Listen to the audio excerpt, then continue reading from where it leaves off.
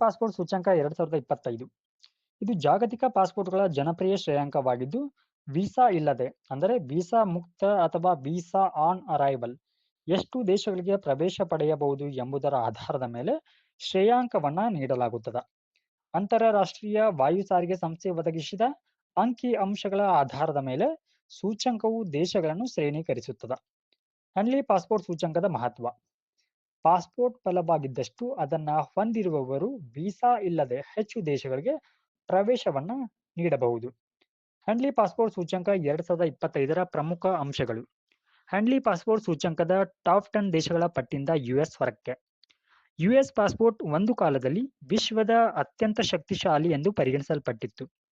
ಇಂತಹ ಪ್ರತಿಷ್ಠಿತ ದೇಶದ ಪಾಸ್ಪೋರ್ಟ್ ಮೊದಲ ಬಾರಿಗೆ ಹ್ಯಾನ್ಲಿ ಪಾಸ್ಪೋರ್ಟ್ ಸೂಚ್ಯಂಕದ ಟಾಪ್ 10 ದೇಶಗಳ ಪಟ್ಟಿಯಿಂದ ಹೊರಕ್ಕೆ ಬಿದ್ದಿದೆ.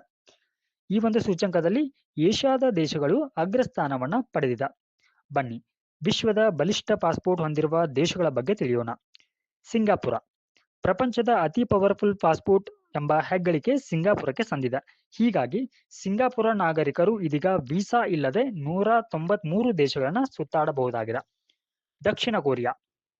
ದಕ್ಷಿಣ ಕೊರಿಯಾ 2ನೇ ಸ್ಥಾನದಲ್ಲಿದ್ದು ನಾಗರಿಕರು 190 ದೇಶಗಳಿಗೆ ವೀಸಾ ಮುಕ್ತ ಪ್ರವೇಶವನ್ನ ಪಡೆಯಬಹುದು. ಜಪಾನ್. ಜಪಾನ್ 3ನೇ ಸ್ಥಾನದಲ್ಲಿದ್ದು ಇದರ ನಾಗರಿಕರು ವೀಸಾ ಇಲ್ಲದೆ 189 ದೇಶಗಳಿಗೆ ಪ್ರಯಾಣಿಸಬಹುದು. ಹಾಗಿದ್ರೆ ಈ ಒಂದು ಸೂಚ್ಯಂಕದಲ್ಲಿ ಯಾರಿಗೆ ಕೊನೆಯ ಸ್ಥಾನ ಸಿಕ್ಕಿದೆ ಅನ್ನೋದನ್ನ ನೋಡೋಣ. ಕೇವಲ 24 ದೇಶಗಳಿಗೆ ವೀಸಾ ಮುಕ್ತ ಪ್ರವೇಶವನ್ನ ನೀಡುವ ಅಫ್ಘಾನಿಸ್ತಾನವನ್ನು ಕೊನೆಯ ಸ್ಥಾನ ಅಂದ್ರೆ 106ನೇ ಸ್ಥಾನಕ್ಕೆ ನೀಡಲಾಗಿದೆ. ಭಾರತಕ್ಕೆ 85ನೇ ರ್ಯಾಂಕ್.